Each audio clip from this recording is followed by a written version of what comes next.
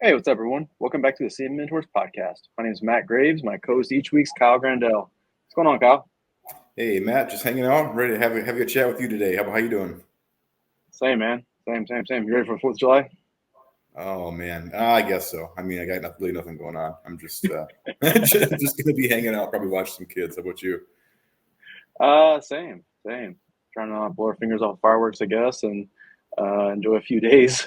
Probably in a lukewarm, hot pool because it's been so hot down here in Texas that the pool's not even refreshing anymore. So, Well, that's too bad.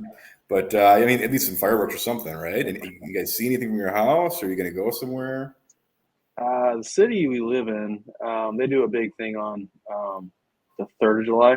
They have a big city festival, a bunch of kids' activities, jumping houses and snow cone stands, and they have a big fireworks show. So we do that on the 3rd, and then the 4th, the next little town over, the other little suburb of Houston where we live by, is they have a big thing on the 4th. So we have a double header usually. Oh, Keeps the nice. kids entertained. Oh, heck yeah. Well, yeah, as long as you get some drinks in there too, you'll be all right as well. I'll be okay. Awesome. Well, then, where you calling from today? You still on the same job site as you have been for a while, or what are things Oh looking like? yeah, yep. I'm here until I think till the end of time. This is one of those projects that just kind of it's a slow burn for years, and so it's phased out. And so, you got I think it's like 5 projects in one big program, so it's just kind of a slow burn. Yeah. What about yourself? I'm just currently at my new home in Rockford, Illinois. So it's All where I'm hanging right. out these days. Yeah, not Where's making a Rockford? living. What's that? Where's Rockford? I'm not. Mine. It's almost to the Wisconsin border. So Okay. it's south. So Beloit's right at the border of Wisconsin and Illinois, but then Rockford's just south of there. Was I out got you. here. What are you working on? Well, I was out here for a job. That's how I got in this area over the last 5 or 6 months here. But that job just got over. So, but met some buddies settling here for the time being. But then, actually, currently job wise, I'm working out in Indiana. Got a really large pet food plant that we're doing some work at.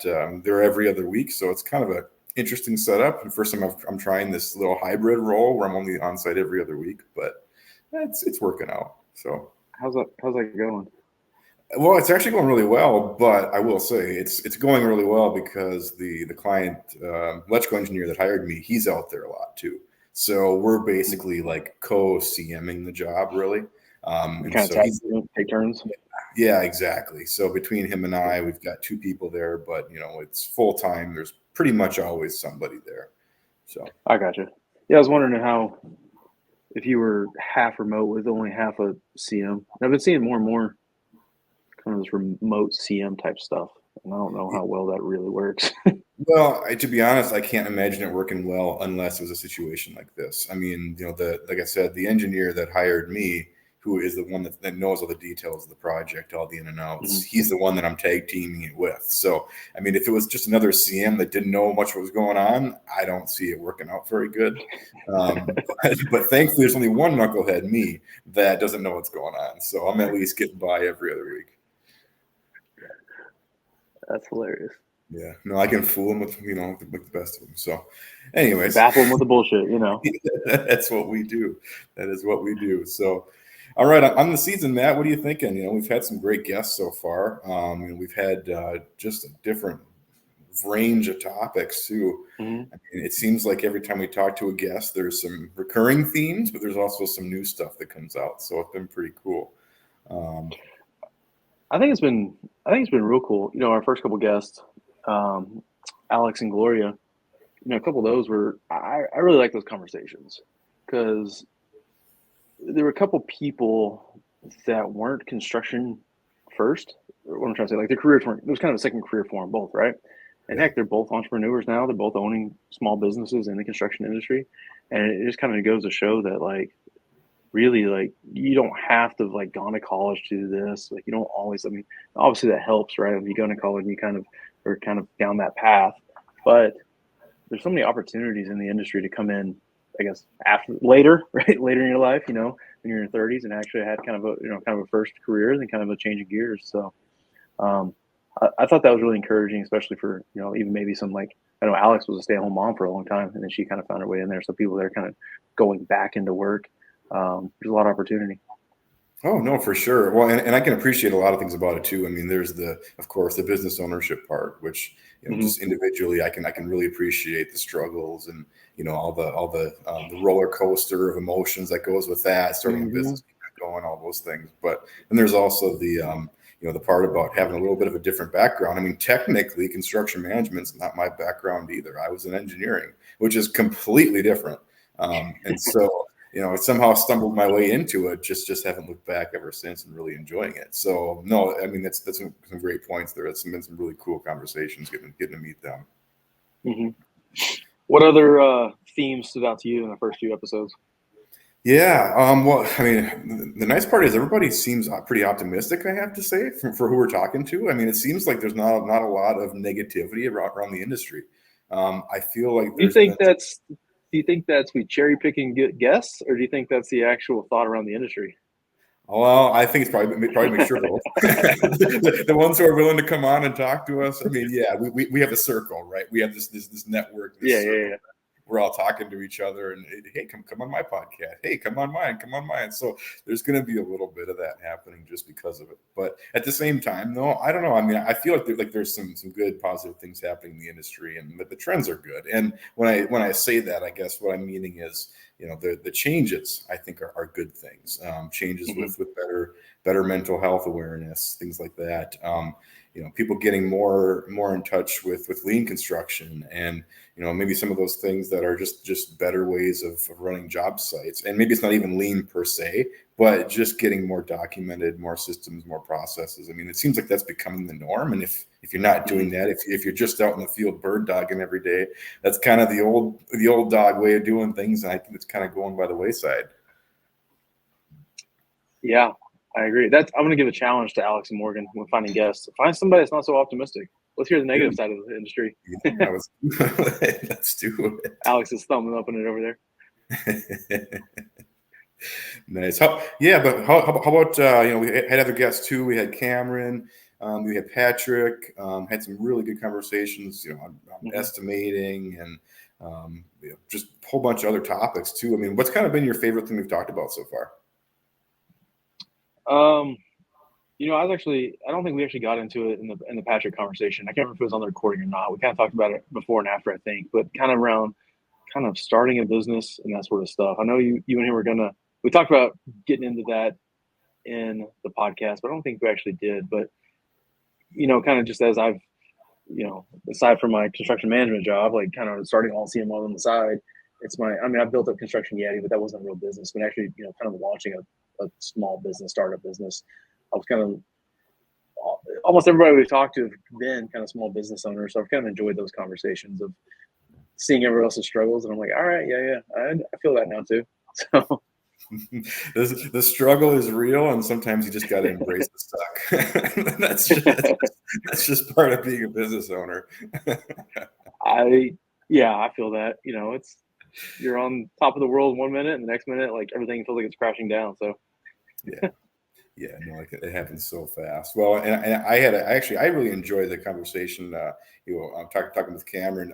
Talking about the doing very similar things as what mm-hmm. we're doing as Oh yeah, far yeah. as those rep roles, and especially kind of having that very similar mindset to things and approach to projects. And it's cool. It's cool to get a little bit of that, but at the same time, I mean, getting some diversity to talk about too was great. I enjoyed the estimating talk too. It was fun to hear a little bit about how Patrick does that with his thoughts on things, and just Mm-hmm. kind of getting that insight from his perspective. Do you? That's something, that's a whole, I want to call it a trade of construction management. Doing what he does on the auditing and the change order management, that sort of stuff. I assume in your role, I'm not sure we were talking about this before, but assume in your role, like you're reviewing all pay apps, all change orders yourself, anything that comes through, managing that budget completely. Yeah. Generally, I'm getting all those pay apps every month from the contractors, at least the ones that I'm managing, whether it's all of them or Mm-hmm. not. But then, comparing that with the SOVs, seeing where we're at for our percent completes, ETCs, all that. acronym jazz. So yeah, going through all that, approving the change orders, whether it's the CCDs, depending on who the client is and what their terminology is, or whether it's a FCO or it's a CO or a PCO. It's just there's so many freaking it's almost comical, but the different clients they have their own systems. So They do, and they're all architects use ASI when they shouldn't be using the term ASI because it's not an ASI. yeah, right. But yeah, no, my role, yeah, typically it's reviewing all the Yeah. change management related topics, and going Mm-hmm. through any of the numbers things, making sure it's lining up. So That's what I think I said it on that recording, but yeah, the same thing. Like I was kind of vindicated because my methodology of the way I do it and the way kind of my, was like, let's try to find win-win situations for everybody.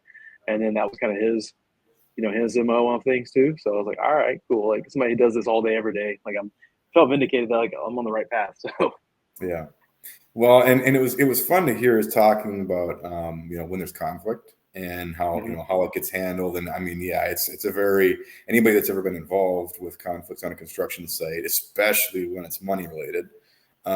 Those are really hard conversations usually, and it's usually very uncomfortable and unpleasant, and things can escalate very quickly. Yes, I got my biggest ass chewing one time from a superintendent because I was delaying a job which he was returning to money, right? Because I wouldn't do something that I didn't think was engineered and safe, and it was a big liability. So anyway, and it wasn't a change order necessarily, but yeah, it turned into money, right? And budget and schedule is budget and time, and it was just like we'll have to save that story for another day. But it was quite an enjoyable experience. Well, and the funny thing about the story that you just shared was I feel like I've been in those positions before too, but I've also seen it where it's more like what's convenient for the contractor to use to their advantage sometimes. Sometimes it'll be the cost thing. Other times it'll be, Yeah. well, this could be done safer. And it's like, can it really? But I mean, there's plenty of different brick walls to throw up in scenarios to kind of, get their point across. I mean, sometimes they're just beating their chest, or sometimes it's trying to just make things difficult if they don't like the CMs too. I mean, I've seen all kinds of different things, but typically the cost gets used as the biggest weapon. So Yeah, it does. yeah. All right. So what else you got in your mind, Matt? you know, what's new at Dell Management when it comes to technology? You guys are always on kind of, I feel like, always trying and playing with new toys and techniques and stuff like that. So what's new with you guys? Well, doing a couple things that are pretty cool. So it happens to be actually the same people that are the production team, but they're also they're working a lot on our social media and marketing and advertising campaigns and things like that. So they've been leveraging some AI for that, as well as just getting better systems and processes in place. But finding new software that is more customizable, more usable for what we're doing. Things like internal development for for skill sets. So like using AI Skill Gym, for example, that's one platform where you can actually work with an AI fake person, Mm-hmm. and then Yeah. it looks at your how your face reacts to things, your tone, the way you say things, what you say, and it actually can coach you and make you better in communication. So things like that, but also so site wise, on the construction site, my favorite one is our 360 images. So I've been using them on this new project every week that I'm out there, which again is every 2 weeks right now. I'm taking new updated pictures of the site, Mm-hmm. getting all the areas of this construction site, and then I'm sending out the link to these pictures to the clients, to the other construction managers, to even to the electricians or the tradesmen. Because that way people can use it to see progress, or they can use it to, if they're not out in the field or if they're remote themselves, they can jump into the 360 pictures, take a quick look around, see what they got to see. So, and it's so quick and easy that it takes me like an hour. And I have this whole site documented. So like that's been my favorite one, and we've been getting some call outs for it because it's quick and easy. It was a cheap investment, and it's just something that I mean, people have been pretty impressed with. So at least as far as what we're doing, sites and off, those are some of the big things. I have a 360 camera. I haven't used it enough. I played with it a little bit. The project I've been on for the last, I feel like forever. the general contractor, they come out, they 360 image a certain ink. I don't know if it's every couple of weeks or what it is, but so they've kind of got that library of photos, as it goes. So I haven't played with it a ton. But I'm really interested in these automated robots that, have you seen these things? Like, I know there's probably a few different companies that are doing them, but one of them is Super Droids robots, and they've got a couple where it's a little, I say a robot, it's just a little thing with tracks or wheels or tracks, right? And you can program it to, it'll drive through the building. You can set the pattern, so the map, and it'll go automatically do this thing. It's got a rod with a little 360 camera up top, and it'll take photos. But they've got the really cool. I think there's multiple people doing that, but one of their cool ones they've got is they've got this one. I don't know how big it really is. It's small, but you can basically pop a ceiling tile out and put it up on the track, and it'll drive over the grid and on top of a lay-in ceiling. And so then it can 360 above a ceiling. So if you've got any buildings that you're going to go and look at doing a renovation, and you're trying to get some sort of as-built photos of above a ceiling, even a hard lid ceiling, if you can find an access point, run it up there, and you can drive it across and take the photos. And that one's really cool. I don't know how many times you've been on a project where it's a renovation or something, and you've got a ceiling and you don't really know what's above you. You're like, I think there's a plumbing pipe over here we're going to tie into, but you don't really know until you get in there and you rip the ceiling out. You're like, crap, it's not here. Now you got guys sitting there twiddling your thumbs because you didn't really know what was going on. So anyway, that one's pretty cool. No, definitely cool. And I mean, things like that too, it always leads to, like, on a project, you'll be in the middle of construction and you'll come to the mechanical contractor and he'll say, well, I was planning to use that pipe chase, but when I finally open the tile up, now it's full. So now here's your change order for $60,000. And you're like, holy shit, what happened here? Well, it was a design error. So, but that sounds really cool. Yeah, that's what, I mean, a lot of design errors, it's funny, they call it a design error, but really what it is, it's a surveying error, a surveying lack of information, especially when you do a renovation or something like that, or add on or something, which I think a lot of what you do. Yeah, no, totally. And also too, I mean, to your point, just design error, I'm using these for those that can't see, it from the engineering side, their perspective as well, because I've sat on both sides of the table, they're not always paid to do a full 100% construction set of drawings or bid package. I mean, the client doesn't want to pay for a certain amount of things because they'll say, oh, well, we have the master facility drawings, we have our project drawings from the last project we did. Those will be accurate. Use those. And you're like, okay, but I don't think it's going to work. Sure enough. Take the as-built. They're as-built, so they got to be right. As built. I don't even know what that is. I've never seen them. Somebody show them to me. I've seen red lines. I don't know if I've seen as built. I've never seen ones that are actually as built. Let's put it that That's way. what I'm saying. So, they got red lines on them, but that doesn't mean they're accurate. Even the red lines are wrong. Oh shit! All right. So yeah, Matt. What's another topic for you that's kind of been big this year? Are you seeing anything trend-wise, social media content, or maybe on the job sites, hear tradesmen talking about things? Any other topics in the industry that you're kind of hearing as latest and greatest big things? We touched on AI. I feel like that's been probably the hottest topic that I've seen. The economy and the presidential election, has been a hot topic that I don't think anybody knows what the hell is happening, right? They were supposed to have so many rate cuts this year, then they were down to 0 rate cuts and maybe rate add. I don't know what's happening. But those are kind of at least the hot points that I'm not smart enough to really know what's going on. But even the smart people aren't either, so I guess that's okay. No, definitely get that too. I've seen the same. I mean, I don't have a whole lot to add because I'm kind of right there with you on that. But anything, probably start just betting the opposite of what the experts say, because I think they've been wrong every time in the last 4 years. So, I mean, I'd say that's for sure. If there's anything that's for sure, I'd say that's one of them. Oh man. All right, so this year we got an election year coming up. So what are you seeing for impacts? Anything that that in your mind has been making a difference, or any changes any impacts you've seen to your project or spending, things like that? I haven't seen anything personally. Have you? I think so. And I say I think so because I can't, it's not confirmed by sources. But what I think is happening, one of our big clients has had a kind of a freeze on spending for on the capital projects for maybe even 5 or 6 months. So we had some projects that were supposed to kick off months ago. It got pushed Yeah. and pushed and pushed, which isn't unusual except for to have all of them by the same company get pushed as far as we know, and then hear about it afterwards, like that there was a freeze on project spending. It's like, okay, there's some higher level decisions being made here. So that's what I think it probably is. I can't confirm it, but that's my guess. Yeah. I mean, I've heard of projects getting just, I wouldn't even say delayed, necessarily, not formally delayed, but they just kind of haven't. They've just kind of been grinding slowly and slowly and slowly. Nothing Yeah. I've been a part of personally, but I've just kind of been hearing kind of through the grapevine and stuff like that. It's like, especially more, private commercial work. Maybe it's a funding thing. Maybe it's waiting on raise. I don't really know, but I'm just kind of around town. You kind of see stuff like, oh, we're about to do this thing, and then it kind of never really happens, and Yeah. then it's kind of slowly grinding. But I don't know.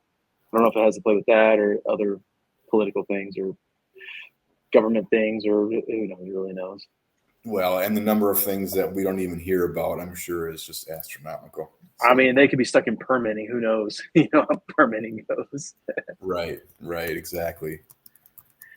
So, So, what are you excited for? We're here, looking at the second half of the year. What's got you excited? Whether with Dell management or with the industry or anything. What's got you excited?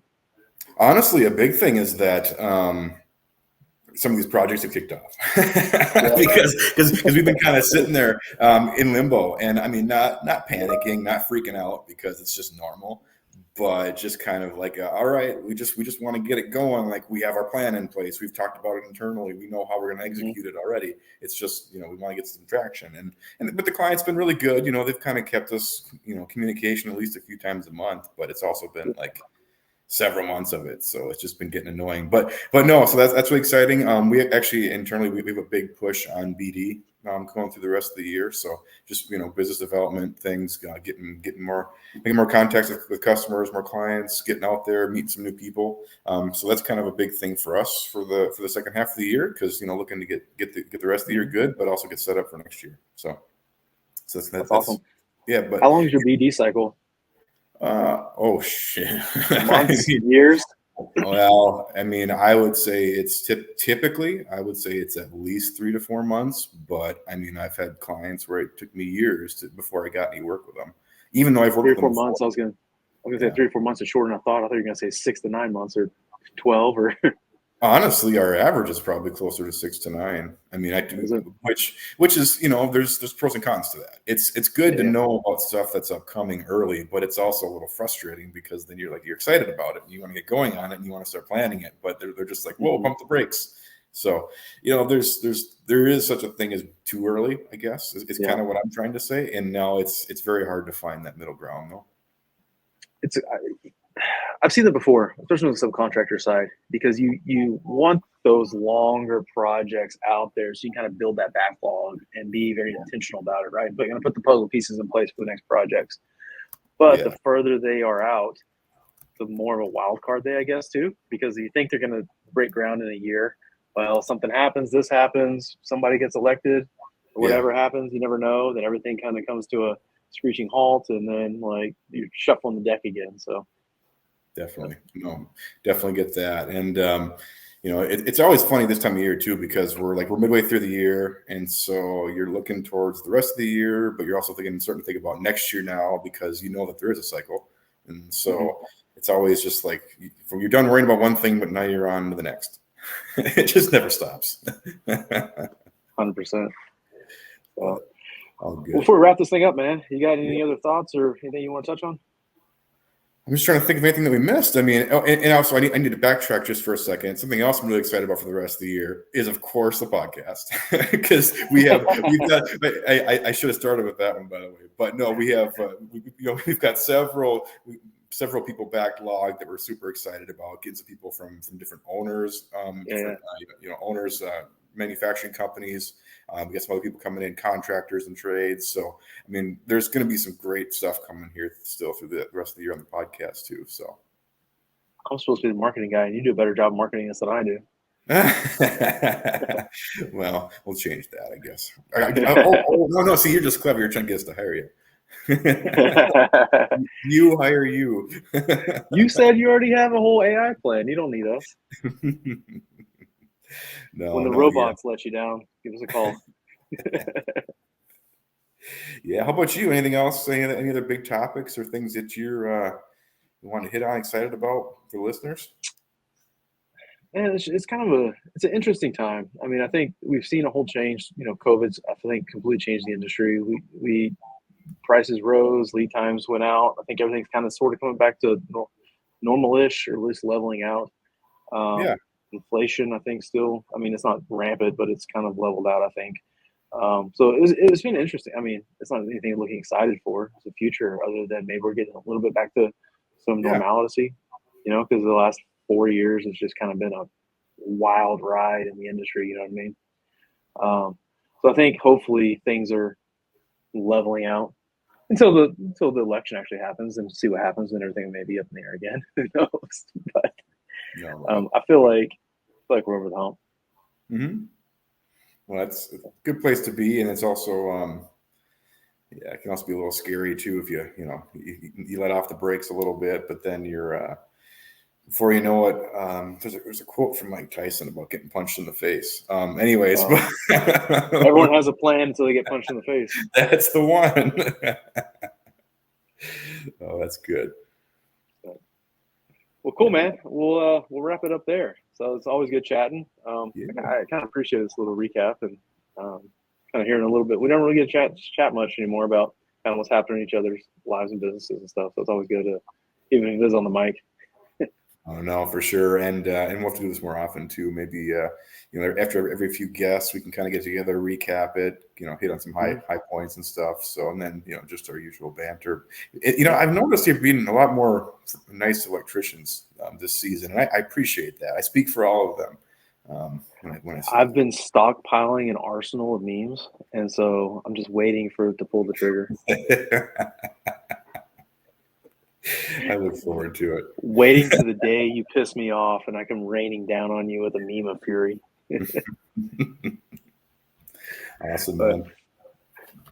Anyway, man, good chat as always. Thanks enough for the time, and listeners, thanks for listening to this short episode here. Matt and I catching up. Don't forget to follow us on LinkedIn, and also YouTube, Spotify, StreamYard, all the different channels here. What else you got to add there, Matt? A little call to action for the listeners out there. Let us know what you're thinking. Are you liking the topics? Are you liking the guest? Do you have any topic or guest opportunities, or want to be a guest, or know somebody who wants to be a guest? Find us. We're pretty easy to find. We're on all the socials. LinkedIn's maybe the best. You can shoot me an email at matt@constructionyeti.com, and we'll go from there too.